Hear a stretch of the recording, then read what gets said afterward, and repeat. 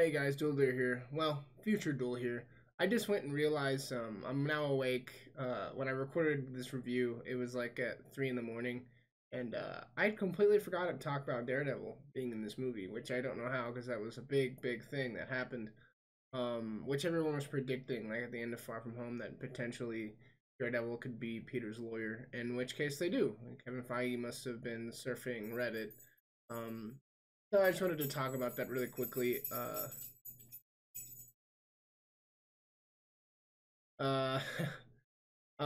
yeah, Daredevil being in Spider-Man No Way Home is a pretty big deal. I could go into another video talking about Daredevil.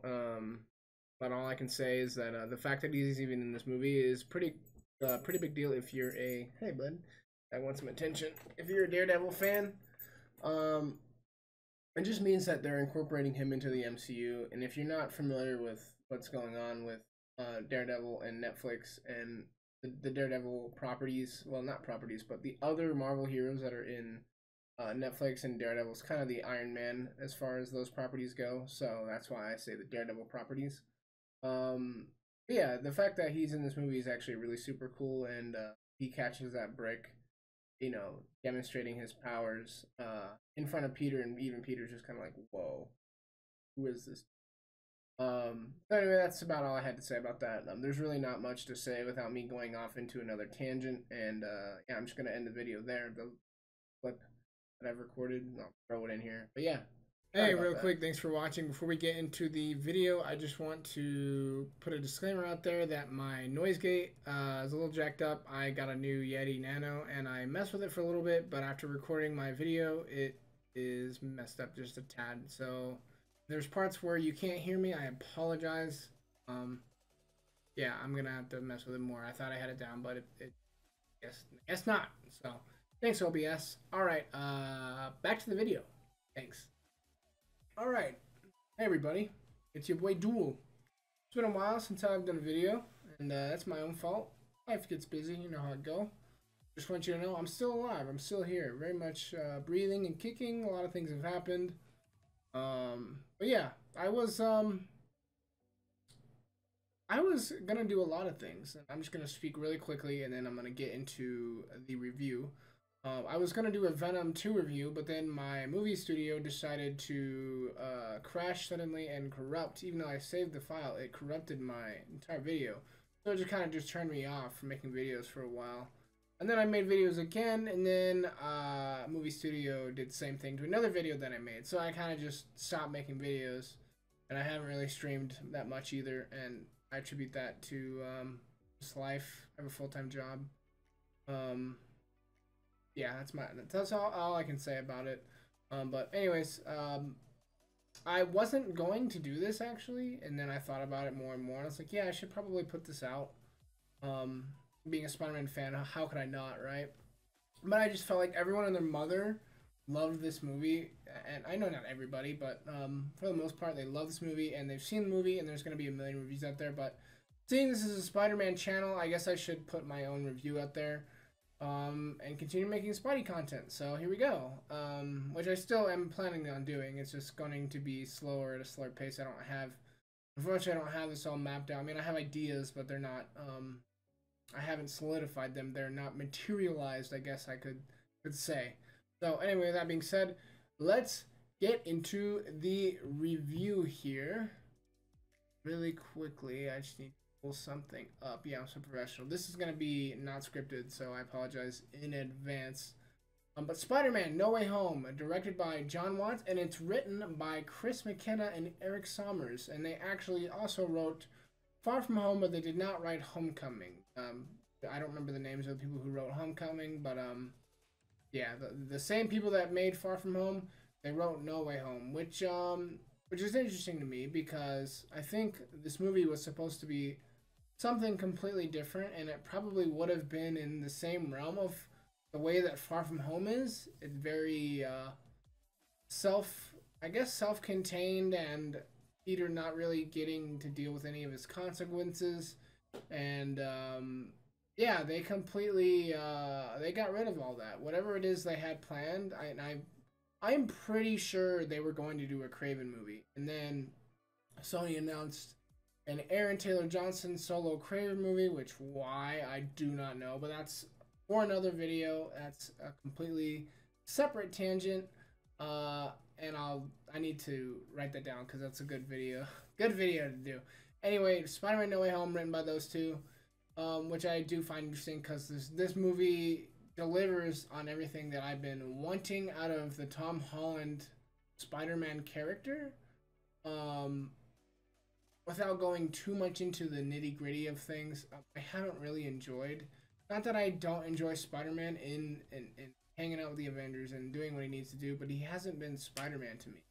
The last time he was Spider-Man to me was in Civil War. That was the definitive MCU Spider-Man for me. And if you go back and watch Civil War, his best lines are in that, like his character moments, like just as Spider-Man, are in that. Well, even as Peter Parker, honestly, are in that movie. But after that, it's just kind of, hey, Mr. Stark, hey, Mr. Stark, hey, Mr. Stark, and it's like, bro, this isn't the Spider-Man that I want. This isn't the character that I've grown up with. You know, this isn't my Spider-Man. And a lot of people are gonna shit on me and say, I like Tom Holland, he's pretty good, and it's nothing against the actor. Actor is fine. I like Tom Holland. His Spider-Man just hasn't been the Spider-Man that I've been looking for up until this point. But anyway, let's I keep going in tangents. Holy cow. It's almost like I could write down a list of things for me to talk about and make videos about. Imagine that. Anyway, so getting into the review finally. Spoiler warning, which if you haven't seen the movie, what's wrong with you? You waiting for the Blu-ray? It's gonna be on digital next week, but anyway, I'm gonna be nice. You know, spoiler warning. Okay, you've been warned. We're getting into the review.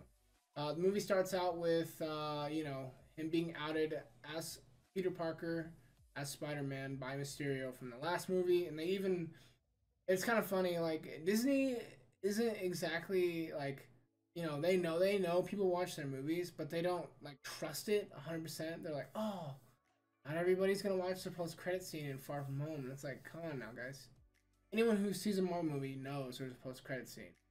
Even people who aren't huge fans of these movies, and they understand, like, hey, yeah, you need to stay after the credits. It's gotten to the point where it's brainwashed us, right? Like, oh, like big franchises, like let's say the Batman or Jurassic Park, you get brainwashed into thinking there's going to be a post-credit scene. Not everybody stays for those, but being a nerd like me, I stay for them, and then I'm like, oh shit, there was no post-credit scene. So I guess my point is, like, Disney still isn't fully confident that people are actually going to stick around. So just in case you didn't watch the post-credit scene from Far From Home, they actually played at the very beginning, and that is them outing, as the Marvel logo comes up, it's outing Peter Parker as Spider-Man. And this film immediately takes off right after from Far From Home. So if you haven't seen Far From Home, you kind of get spoiled, but I mean, why would you be watching No Way Home without watching Far From Home? Alright, let's stay on track. So he gets outed as Peter Parker, and immediately people start attacking MJ, so he has to swing down and grab her. And then he grabs her, and all the fun things are happening. They start swinging around, and you know, they're trying to figure out what they're gonna do now, because Peter's never been put in this situation before. Which I will say, this is an interesting storyline for this movie. We've seen plenty of stories play out for Peter in live action, but nothing like this before on this scale. So I think that's an interesting thing that they've done for the character. I like this. I like seeing that come on screen. I think that's really, really cool. Like, even I was like, well, what the fuck are they gonna do now? How are they gonna get out of this? And there's probably different ways that they wrote this movie of him getting out of it somehow. But nothing what I expected. I keep. I'll cut that off. Okay. Anyway, so he's trying to save MJ, and she doesn't like swinging, and he's trying to figure out what he can do. But it turns out outing him as Spider-Man isn't the best thing in the world, because now him and his friends, they can't get into college that they've applied to. Their plan is they want to go to college. I mean, it kind of seems like they kind of dealt with this for a couple months, and then they're just like, yeah, we're just gonna live with it. They don't even really try that much to deal with it at least right away. So they kind of just live with it. They harass Aunt May. You know, they all end up going down to the station or whatever and getting questioned by that FBI agent. Um, and then the real kicker is when they apply to go to that school that they want to go to. I think it's MIT. I didn't really pay much attention to that part. Yeah, it's MIT. They try to get into MIT. Saw the movie 5 times. You'd think I'd remember that. But they try to get into MIT, and surprise, surprise, they don't get in due to recent events. Which I think that's interesting for a school to decline. You know, a superhero getting into a school. You would, I mean, maybe it's because of the controversy with Mysterio, but it's like, broke. Did they not see Spider-Man save the world with Iron Man?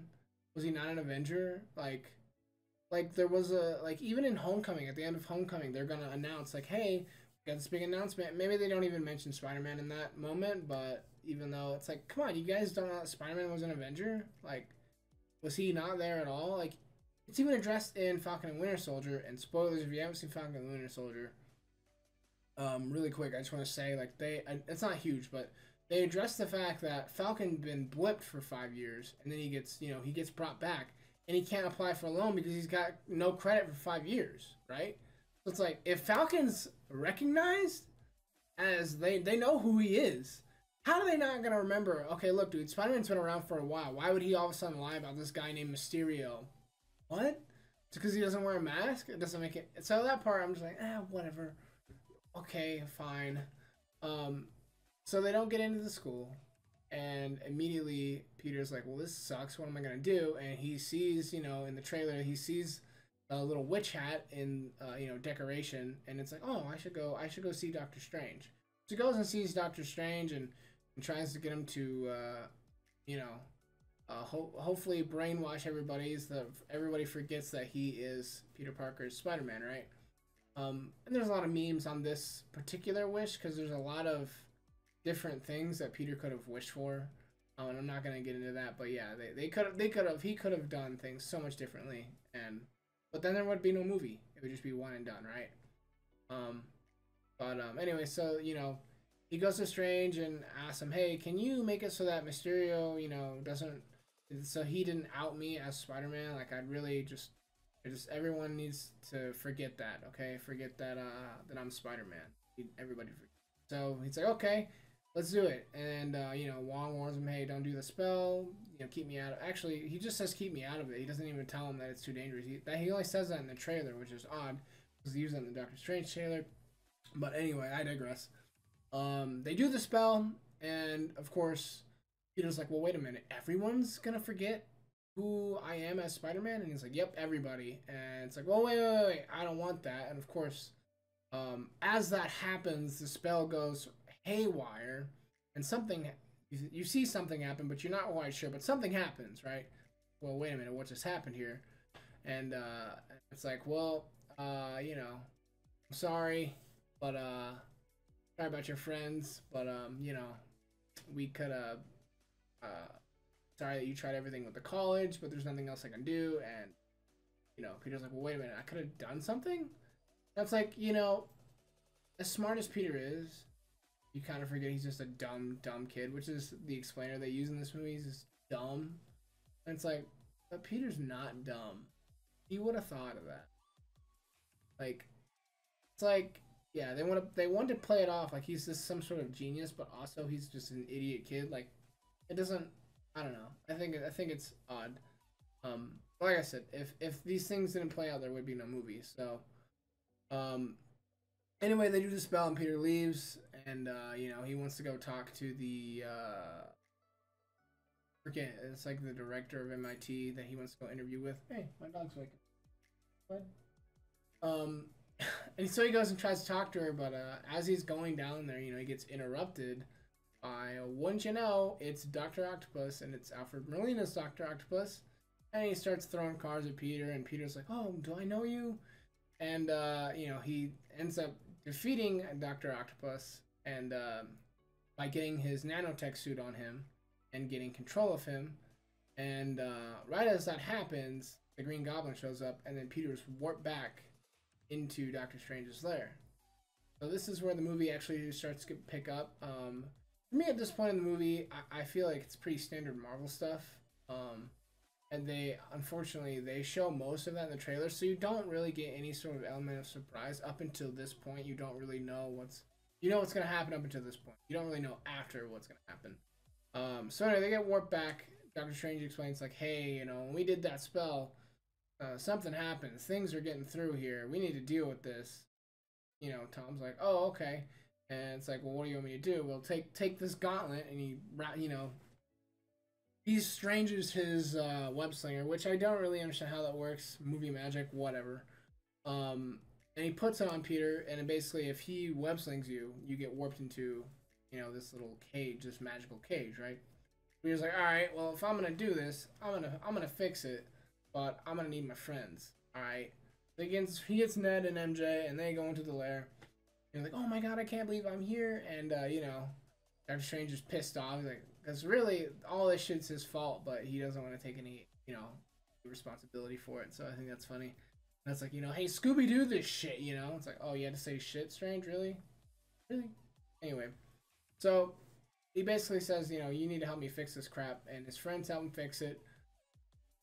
So the first thing that they try to do is they try to track down the Green Goblin because that guy was scary, I guess, and green and noticeable and shiny. So that's the first guy they're gonna go try to get. But what happens is they end up seeing that somebody is like near a warehouse causing some problems, like there's some disruptions. So Peter decides that that's where he's gonna go. But prior to this, probably in between all of this, in fact, I know for a fact that's when it happens. Is between when he gets out of Spider-Man, somebody throws some green goop on him, and he has to flip his suit inside out, which is actually pretty cool. I didn't really. Everyone had all the speculation on this new black suit, like, oh, it's a symbiote. Like, no, it's not the symbiote. It's black and gold. Oh, it's a new suit that him and Strange developed together. That can do magic. So they thought that this was just this crazy ass suit, but really, it's just his suit turned inside out. So he goes there, but he tapes his phone to like his chest, and he goes there, which I'm not really sure. Like, one, he would probably get terrible reception doing that, and then two, like if you're swinging that fast, you ain't gonna be able to see shit. You're not gonna be able to see shit. Like, I'm pretty sure Peter's goggles, he had like his at least in the MCU, in his mask, he has to wear special goggles so that he can see when he's moving around so quickly. So I thought it was interesting that he taped a phone, saying, you know, thinking that they could see what he sees, and they really can't. So, and you're using a phone also on top of that. So anyway, he swings there, and he runs into Electro. And the cool part here is that right when Electro shows up, they play the Electro theme from The Amazing Spider-Man 2. Like, yeah, I heard that. That's the only time you really hear that. The Electro theme is right then and there. They did not go ham on it at all. It's just that one moment, like, hey, this is Electro. Like, this is the TASM 2 Electro theme. Which you would only know if you've seen that movie a million times like I have. You would know that that's his theme. So that's really cool that they did that.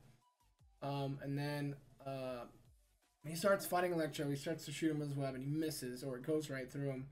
And Peter's like, hey, I you know, what the heck? This guy's electric. Then all of a sudden, Sandman pops up and starts helping him, like, yo, Peter! And Sandman thinks it's Toby, right? It's like, hey, what's going on? Where are we? And it's like, who are you? Oh, can you help me and I'll explain what's going on? Yeah, sure. But at this point, he doesn't know that it's not Toby. He's a Spider-Man suit. Like, yo, what's up with the black suit, dog? Come on. So anyway, you know, they're fighting. They get Electro. They stop him. And then he realizes that, yo, you're not my Spider-Man.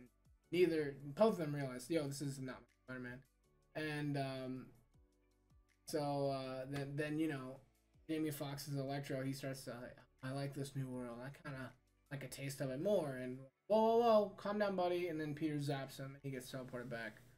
And Sandman's like, well, what the hell? What did you just do to him? Hey! So then after that, he gets mad, and then Peter zaps him too. And he gets zapped back. This is probably my biggest issue with this movie is this right here.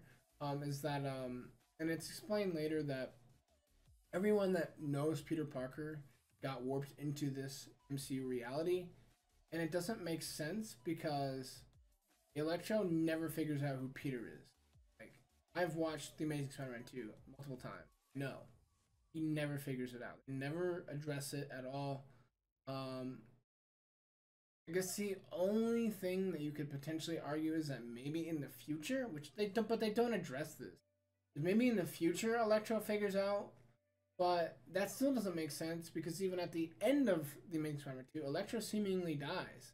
So unless he reforms and just hides, he doesn't like Electro.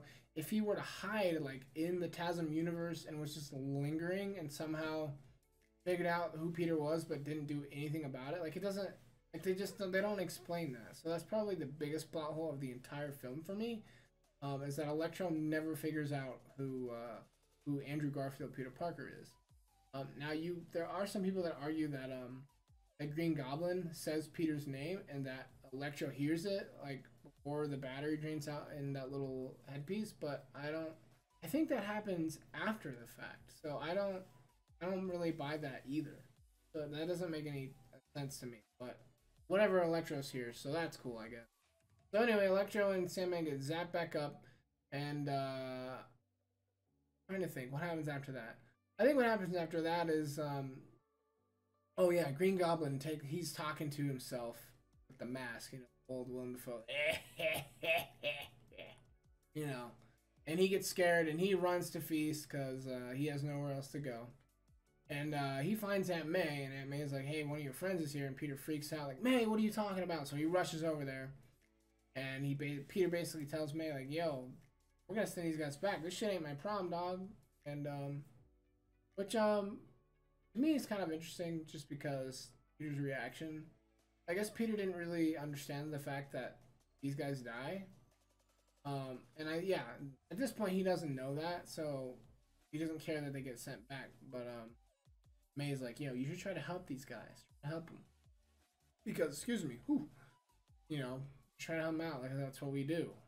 Peace does. We help people. He was like, this dude's crazy. Why? What the fuck? Why would we help this guy? And basically May says you're being selfish. Help them. So Peter's like, okay, whatever. So then at that point, you know, he takes him and Norman go back to Doctor Strange's lair, and then Doctor Strange zaps him up. Got his big old box, and this box basically has a little magic button that if it gets pressed, they all get sent back to the universes, where they ultimately get placed back into their timelines and they die, or they get locked up or defeated, whatever it is. Not all of them die, which is strange. It's not really explained either, but I guess it really doesn't need to be. He's a villain, Spider-Man villain. So then at that point, Peter's like, well, wait a minute. They all die? Yeah, they all get sent back and they die. That's just what happens. But Tom Holland's Peter doesn't consider what is happening. He doesn't consider how they almost die. Doesn't consider why. Doesn't consider what these potential other Spider-Man might have gone through. It's just one of those impulse things, exactly like how he handled the situation with MIT. He just jumps to a completely other conclusion.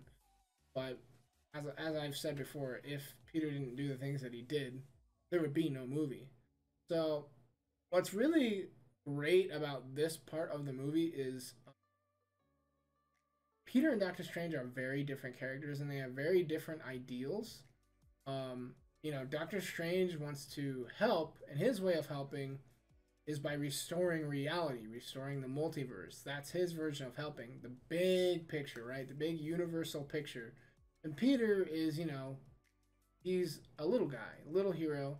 He's thinking about, hey, how can I save more lives? If I can save these guys' lives, then let's give it a shot. And Strange's like, nope, that's not how it works. They just need to go back and die. It doesn't fucking matter. Universe, that's at stake here. So these characters get into a fight because Peter, you know, he disagrees and he webs the box and tries to dip. And they get into a fight because they have two different versions of how they want to rectify the situation, which is very interesting.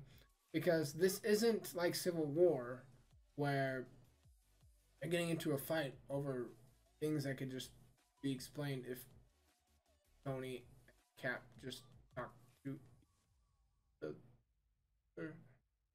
Anyway, I digress. So yeah, they get into a fight, and at the end of the day, Peter gets teleported to the mirror dimension, and he ends up beating Strange by using algebra, because shapes. and geometry. Yeah, so he wins the fight, but just cool, whatever. And it's nice to see Tom Holland actually gets a one up on one of the Avengers. Like it's kind of shown how he's grown as a character. Like before, he probably would have got his butt whooped by Strange, but now like he's developed, he can hang with the Avengers, and it's as he should, right? As he should, especially by now. Been in what is this, fifth movie, sixth movie? I don't know.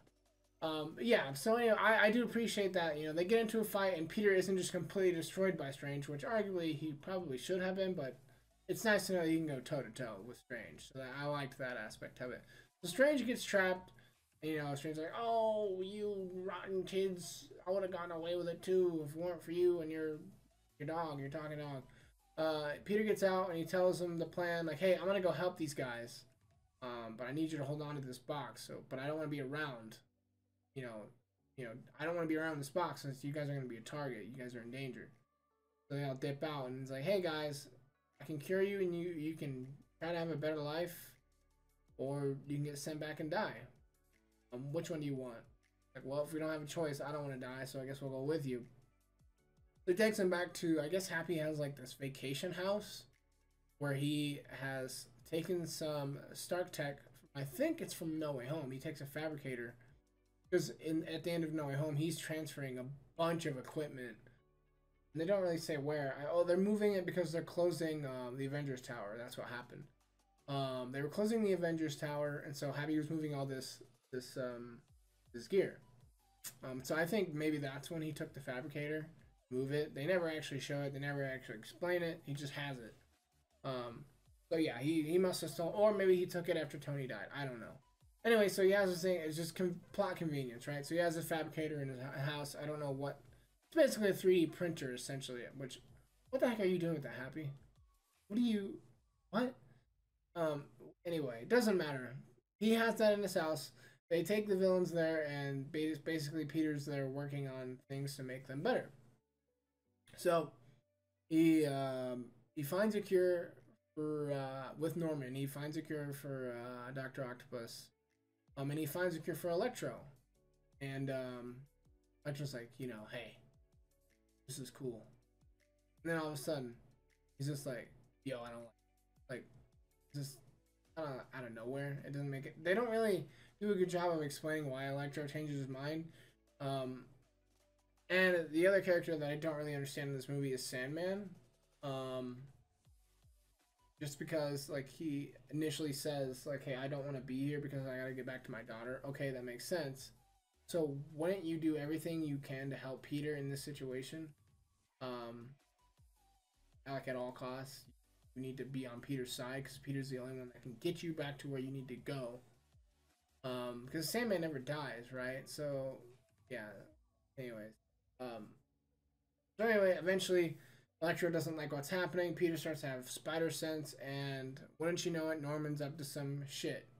He's concocted a plan, do whatever, take the serum and then dip, and then just throw pumpkin bombs in the city, I guess. That's it. Like, they never really explain what his plan is. So anyway, Peter figures this out, and he tells May to run. May runs with the serum. He dips. Him and Peter get into this huge fight, and then all the villains just start attacking Peter. And this is one thing that kind of bothered me, is the fact that everyone except for Lizard goes inside the apartment. And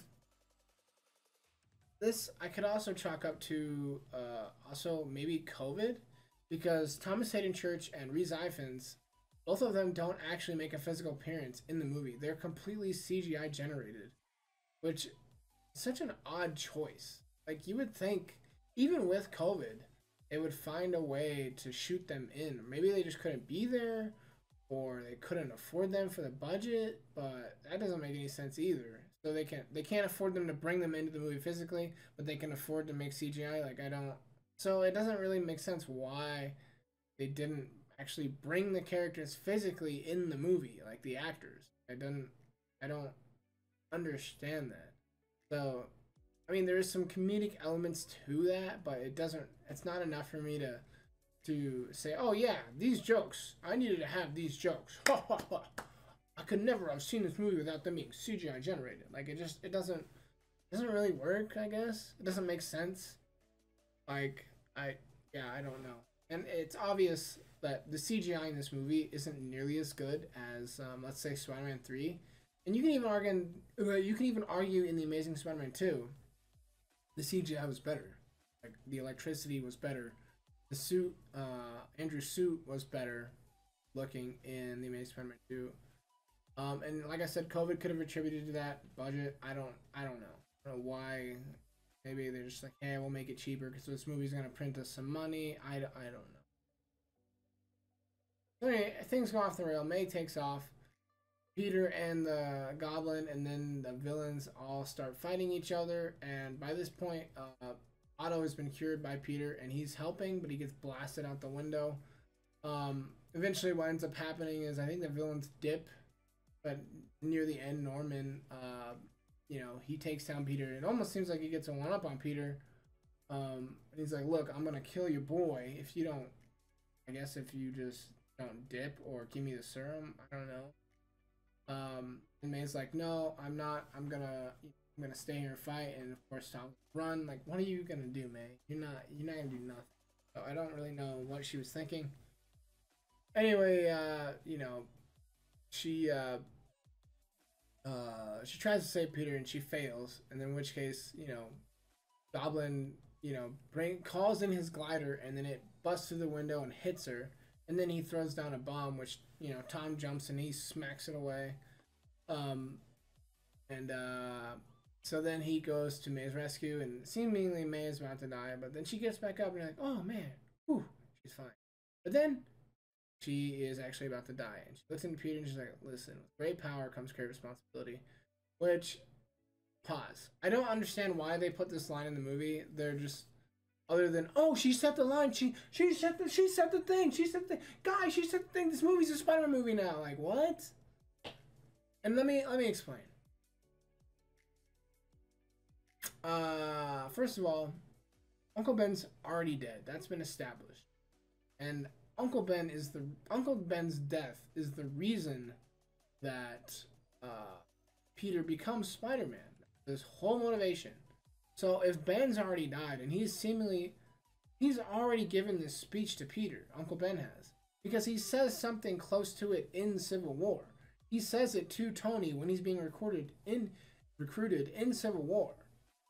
Like, if you can do what I can, and you don't do anything to save other people, you do what I can, but you do nothing with those things, then when the bad guys win, it's your fault. Or something among those lines. I don't know. They've twisted it around so many times, I don't remember the exact wording. But my point is, Uncle Ben's already dead in this universe. It's already been established. That's how he became Spider-Man. That's why he chooses not to be a selfish child going forward. And he chooses to be a responsible adult.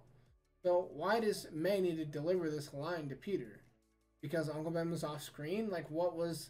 So now we have two Uncle Bens, essentially. So it's like, oh, okay, I guess I forgot that I needed this lesson. I need to have May tell it to me. So that's the only thing. And May's death didn't really hit me emotionally. It didn't do anything to me. And that's because they treated Aunt May like a joke. In the first one, they actually, in Homecoming, they treated her seriously. She did not like Spider-Man, the character Spider-Man. She did not like Spider-Man at all. Hey, I don't want you to do anything like that. That's dangerous. Like, she flat out tells that to Peter. She's actually pretty comic accurate, Aunt May, other than her physical appearance, in Homecoming and in Civil War. And then after Infinity War, she figures out who she is, obviously, because he's Spider-Man. Or even at the end of Homecoming, she figures it out. And she screams. And then Infinity War happens, and then we lead into Far From Home after Endgame, and it's never addressed.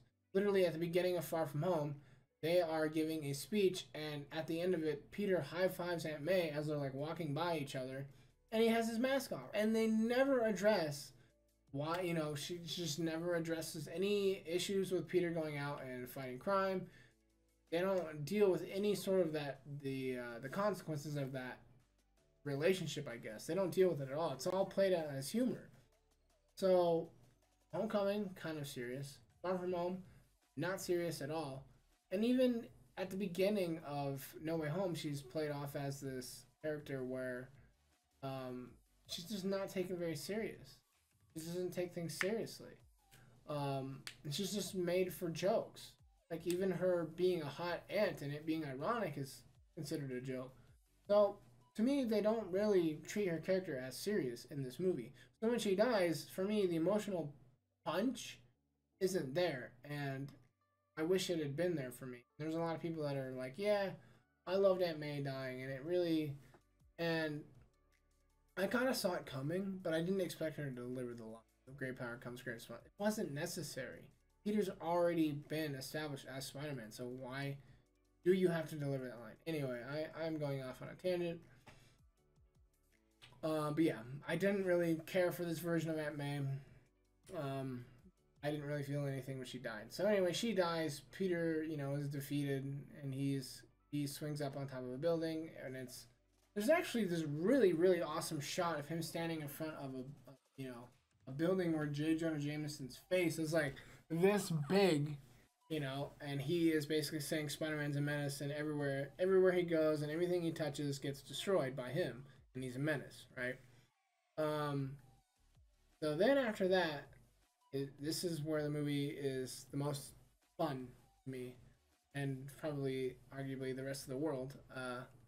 We cut to Ned and MJ, and they're waiting for Peter to text them Ned's house, and they haven't got a hold of him, and they almost pressed the button, and then Ned's like just sits there, like, I wish I could see Peter, and then something happens, like, oh, what was that? That was a spark. What was that? And he's like, do that again. Do that again. Can you do that again? Okay, yeah.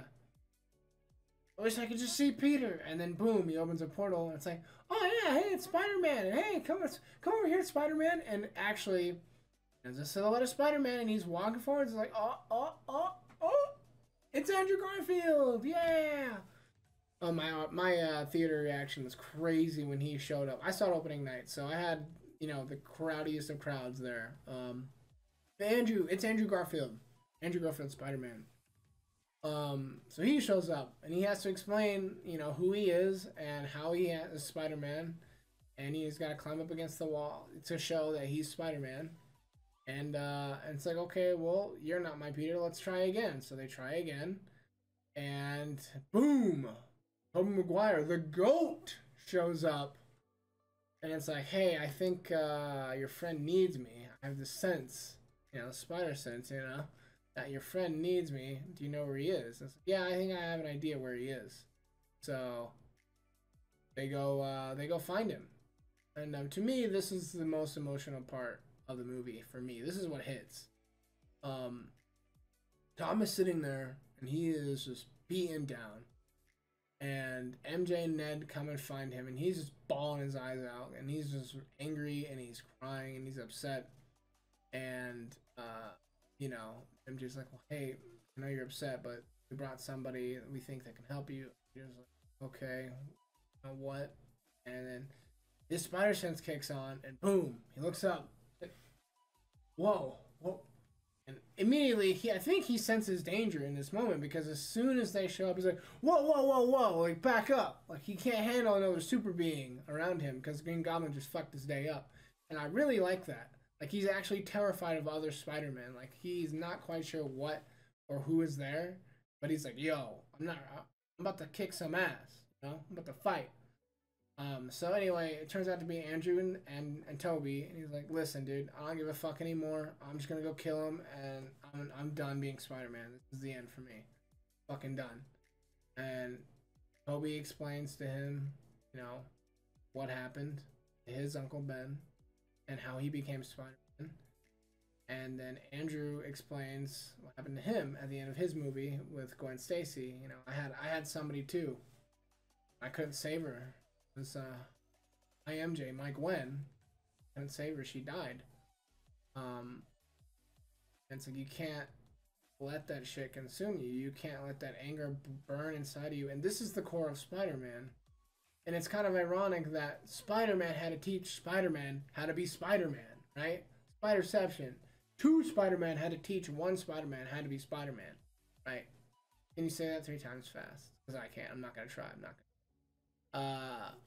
yeah, so this is the emotional moment of the movie for me, and um, and I can talk about this later, but this is how you do it. This is how you reconnect the audience with previous movies without playing clips, without making them go, "Hey, go see this movie."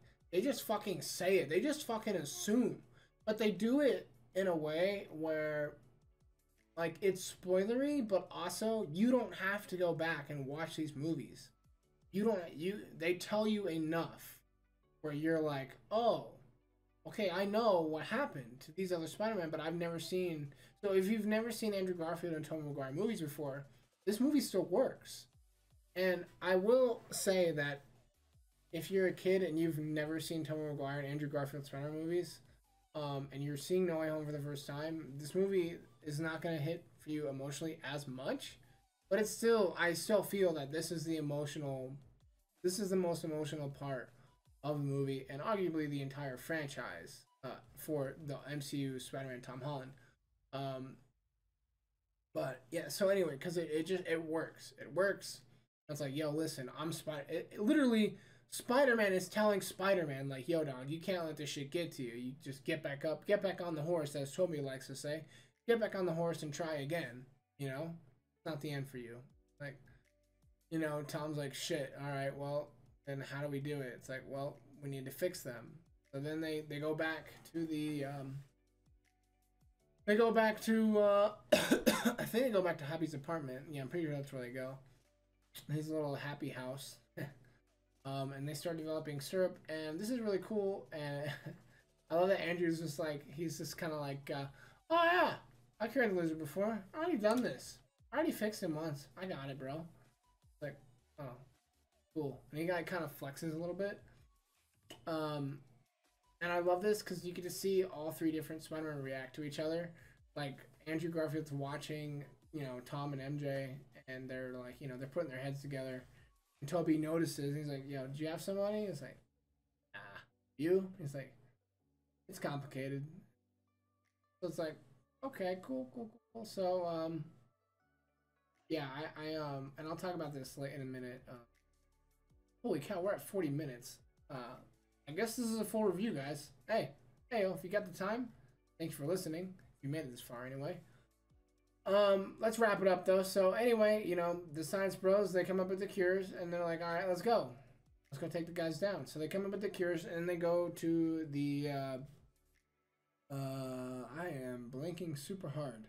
The Statue of Liberty. They go to the Statue of Liberty, but it's got like Cap's shield on it, and this is also a nod to Falcon and the Winter Soldier. This happens after Falcon and the Winter Soldier, so if you haven't seen that show, that's why there's a giant shield that she's holding. And they also, I think it's at the beginning of, it's at the beginning of No Way Home. You can actually hear them saying something about them putting Cap's shield on the radio on the Statue of Liberty. But I digress. a lot of words. So they go there, and they're basically trying to lure the bad guys out so that they can cure them, right? They got the box. So Tom's idea is that he'll do an interview with J.K. Simmons so that they can lure them there. They'll just be watching. I guess you just assume that all the villains watch Jonah Jameson. What if they all don't? Or maybe they're all together sitting. I can just imagine them sitting in a room together, just, oh, hey, JJ's on. Let's watch JJ. And then the box. Oh, the box. We gotta go. Get your shit together, boys. We gotta go. Fucking go get Spider-Man. He's out there. So anyway, they bring the box there, and this is also probably the best part of the movie, is all three of them, just more Toby, Andrew, Tom interacting with each other. And it's like, so wait a minute, your webbing comes out of you? Like, how does that work? It's like, well, it's just kind of like breathing. It just kind of happens. I don't really do anything. It's like, well, whoa. Like, so Andrew's like, I gotta, make my own fluid. I have to make it in the lab, so I don't really have that luxury. That's really cool. And Tom's like, well, wait a minute, does it come anywhere else? Like, out of you, or just your wrists? It's like, just the wrists, nowhere else. Are you guys making fun of me? No, we're not making fun of you. It's just that we don't have that, so we're curious, And then they start talking about their villains. And like, Tom's like, oh, well, I fought an alien in space. He's purple, And it's like, oh yeah, I fought an alien too, but he was made out of black goo. Andrew's like, I want to fight an alien. Not a Russian guy. Dude, rhino suit. My God. By that time, they and there's a moment where I think Andrew pops Toby's back. My back. And he's like, well, wait, did you ever have a web block? You ever have a web block before? And it's like, oh yeah, I've definitely had a web block before. I was like, well, what happened? He's like, oh, existential crisis. And Andrew's like, yeah, don't get me started on that crap. I already know. And by that point, the villains show up and it's showtime. And at first they get together and they try to get the villains and cure them, but they can't. It ends up, I think at some point Andrew shoots a web and it like shoots Toby in the face and he falls and their communication just falls flat. And it's like, well, we need to regroup. Which Peter are you? Well, I'm Peter 1. This is my universe. You're Peter 2, and you're Peter 3. Okay, cool. Well, that's been established. Toby and Andrew are like, well, I've never really been on a team before, so I usually just kind of do things on my own. I was like, oh, that's great. That's fine. I've been on a team before. I know how to be on a team. I'm a team player, I hate to brag, but I'm kind of a big deal. And I was like, well, oh yeah, why is that? Well, I've been on the Avengers, And they're like, the Avengers? Oh, that's amazing. Who is that? Who is that? Like, who is the Avengers? And then Andrew's like, wait a minute, the Avengers, is that a band? Dude, are you in a band? Oh my God, you're in a band. What? So anyway, it's like, no, it doesn't matter. It's besides the point. Just listen. I'm the leader of this team, and coordinate our attacks, and we'll time them, and we gotta get them one by one. Process of elimination, right? So they do it. They end up killing everybody. By the very end, the Goblin shows up. Can Spider-Man come out to play? Sorry if you have headphones in. Apologize. So anyway, Goblin shows up and he starts fighting them. Throws the pumpkin bomb inside the little box. Oh yeah, Strange shows up. I forgot to mention that. Strange finally shows up and it's like, looks at Ned. Did you just develop a portal? He's like, yeah. It's like, interesting. And he just leaves. But yeah, so Goblin throws a bomb inside Strange's little box. Like, Strange, no! And then it blows up and the tower explodes. And then MJ falls. She starts to fall. And then Tom drops to go get her. But then Goblin swings down. Bam! Gets him just like that. Bam! Just like that. See this? This is the glider. Bam! Actually, no. This is Tom. This is the glider. Bam! You want to see it again? Bam! Okay, yeah, we're done. So after that, Andrew immediately sees like, oh my God, this is my chance. I gotta save her. So he saves her. But instead of webbing her, he webs onto like a part of the building. And then he like flies down and just catches her. Like immediately. And he catches her, and this is a shining moment for Andrew. His like redemption arc, I guess. It's like, are you okay? MJ looks up and I was like, are you okay? Or no. He asks her first, are you okay? And then she's like, because he starts to cry because he's getting emotional, right? He's like, are you okay? He's like, yeah, I think I'm okay. It's like, I'm gonna cry, Gwen. So he saves her, and it's an emotional moment. It's a good moment. And then I think Toby saves some people or whatnot. But at the very end, Goblin and Tom are seen fighting each other, and he's like, you didn't have the spine to kill me, Osborn. You didn't have the spine to kill me, Parker. You don't have the spine to kill anybody. You don't have the strength to take what you need. You have all this power, and you just waste it for good. You're such a waste to society, blah, blah, blah, blah. And it's all your fault May's dead. You were there, and you brought me there, and it's all your fault. So, of course, naturally, Tom is just pissed to no end. Starts beating the shit out of him. Toby and Andrew see this and like, oh shit, we gotta stop him. So they drop down there, and as Tom is just beating the shit, he's just wailing on him. He's just wailing on him. And there's finally a moment where Goblin's almost down. He grabs the glider. I'm gonna grab this plate here. See my plate? Yeah. Plate. Grabs the plate, and this is the glider. And he's just like, ah. He's just about to fucking, yeah! And then on the other side, Toby's like, he's just like holding Tom's over here like, ah! And then Toby's like, Nah, dude. So then he's like, so then they throw the glider out, you know, and stops Tom from killing him, which is really cool scene to see. But then like this fucking goblin just stabs Toby and he just falls down on the ground. And just there's no blood either. They don't even show the blade. There's like the only person that ever gets blood on him in this movie is Tom, really, and May. Everyone else doesn't really get bloodied at all. There's no blood on Toby. What's it? They don't show anything. Toby, but he's just sitting there. He's stabbed. And in this moment, I was like, no, no way, no fucking shot they're going to kill off Toby. And this was a speculation on Reddit, on Twitter, on Discord, Spidey Discord, for months that they were going to kill off Toby. Which, if they weren't planning on doing more with Toby, I would have liked. I would have hated it and liked it at the same time. One, because I would have been like, oh, you guys have the balls to actually do this. You actually have the balls to kill off Toby. You actually have the balls to do it. I also would have been like, don't you fucking kill my Toby. Why don't you fucking do it? I'll Green Goblin your ass. Then Andrew comes down. It's like, dude, are you okay? And then Toby's just like, yeah, I'm fine. It's sad. Oh, he's not dead. Not dying. He's gonna live. He's fine. So anyway, you know, Andrew's hoisting up Toby. They put the serum inside a Goblin after all that fighting, and he's cured. He's like, Peter, where am I, Peter? Peter, am I? Who am I? Oh no, I don't know. Who am I? And you can tell it's kind of good. Tom's a good actor in this moment because you can tell he still kind of wants to kill Goblin. He's like, I don't fucking give a shit about your personal.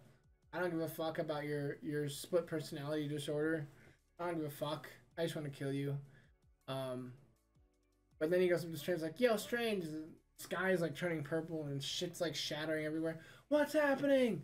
And it's like they're trying to get through. And he's like, who's trying to get through? More of people that know who you are. They're trying to get through, and I can't contain them. It's like, well, what if we just make everybody forget everyone?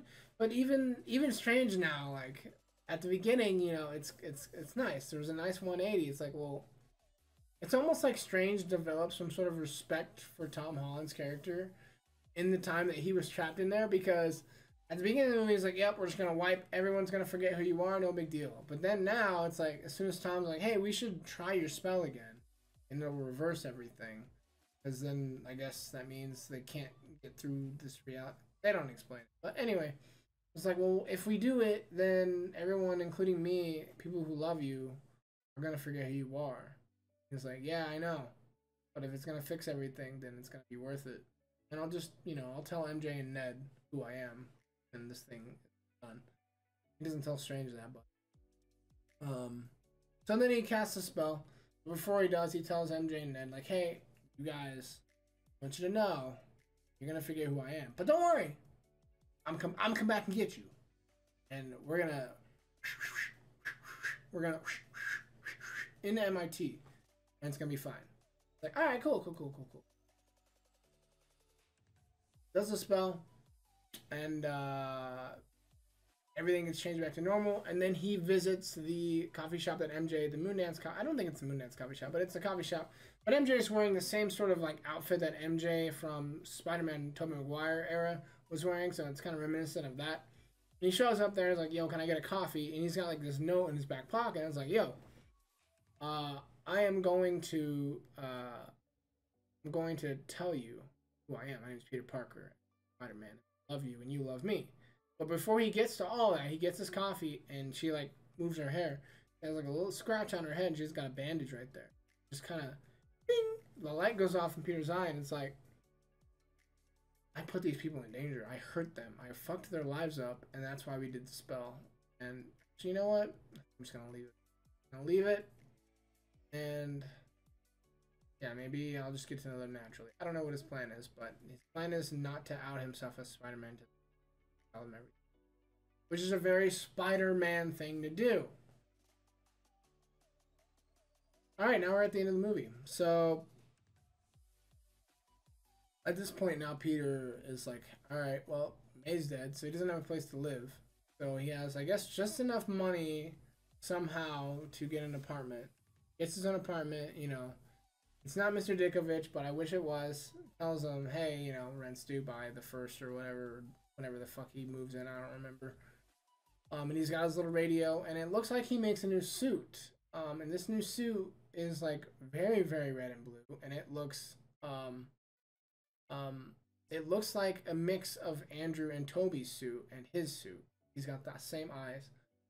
So anyway, he makes his new suit and he goes out and he's just gonna do what he does that he loves. One thing that he's got left. He doesn't have his Aunt May. He doesn't have his Uncle Ben. He doesn't have Tony Stark. He has no Avengers. He has no Ned, no MJ. It's just Spider-Man. Peter Parker and Spider-Man. That's it.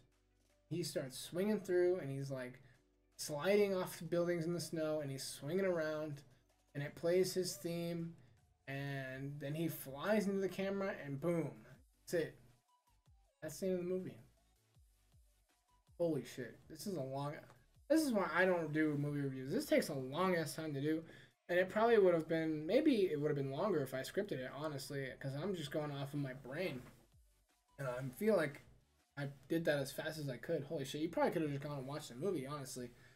But anyways, that's the movie. And overall, my thoughts on the movie are that it's really, really good. I mean, for our movie, it's better. It's better than the other two MCU Spider-Man movies that we've seen. It's better than Far From Home. And it's definitely better than Homecoming. And there are people that are going to fight me. There are Spider-Man fans and stans out there that will fight the MCU trilogy to the death and that they stand by the character of Tom Holland, Spider-Man, even up until this point. But I feel like the three movies for him, this is basically the span of 3 movies is his origin story, which is slightly annoying but also kind of cool.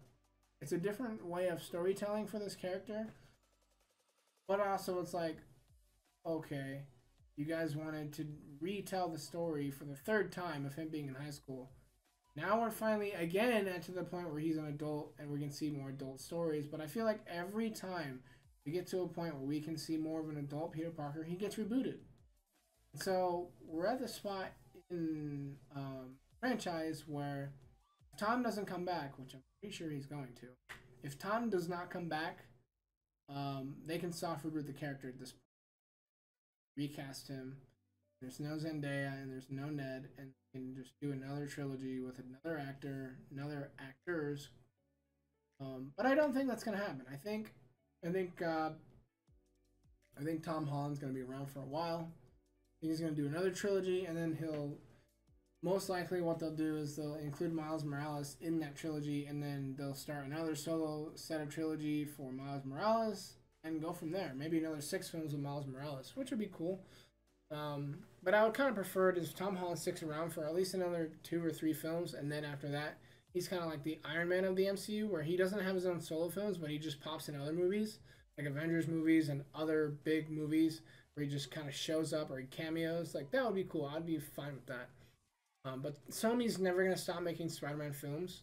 So I don't know what their plan is after Tom's trilogy. Everybody loves Peter Parker. So I don't think they're ever going to stop telling Peter Parker stories. Whatever universe, reality they decide to do that. Or if they continue more Tobey stories, or more Andrew Garfield stories, they can totally do that now. And I'd be totally for it. I'm almost 30 years old and I will still go see a Spider-Man movie. Probably till the day that I die. Overall, I give the movie a 7 out of 10. When I first saw the movie, I thought it was a masterpiece, but now that I've seen the movie 5 times and I've gotten time to calm down and get over the fact that Andrew and Toby are in this movie, I can actually critique it for what it is as an actual film. For me personally, as far as like a Spider-Man movie goes, I still think Spider-Man 2 is the best, because it doesn't have to rely on other elements like the multiverse to make it better. And I'm pretty sure that if we did not get the elements that we got in this movie, it would have been a Kraven the Hunter story, which could have been good. And I had some ideas on what that movie could have been. And fuck, I could do a video on that too. Shit, all these ideas are just flowing to me now. Whew. Anyway, 7 out of 10. Like I said, I had some flaws with the movie. Oh, and there's a post-credit scene where Venom shows up. He gets teleported at the end of Venom 2, spoilers, he gets teleported to the MCU, and then at the end of No Way Home, he gets taken out, but a little piece of symbiote is left. A little piece of symbiote's left, and he just goes somewhere. I guess it goes towards Peter. I don't know. So I don't know if they're going to do Venom for Spider-Man 4, if they're just going to save that for Spider-Man 5. I don't fucking know. Or if we're going to get Tom Hardy, Eddie Brock in the MCU at some point. I don't know what they're going to do. That's another topic for another video, but review is that this is a full hour video. Fuck me. I was trying to wrap it up at 40, but it did not happen. Full hour review. If you made it this far, I just want to say thank you. Thank you for watching. Thank you for listening. Really appreciate it, and thank you for the support. More Spidey content is coming. I don't have dates set to when, but I've got ideas.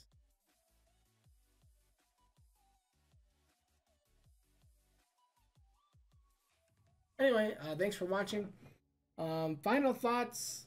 Yeah, 7 out of 10. I'm trying to make sure I don't miss anything before I close the video. Yeah, I didn't really care for May dying. Oh yeah, one more minor complaint is that Toby and Green Goblin got no dialogue together. I felt we got fucking Andrew and Electro got a whole scene together and dialogue. Toby and Goblin, nothing. They got nothing. Not one peep. Even when he stabbed him, he doesn't even, oh, hey, Peter, nice to see you again. Like, nothing like that.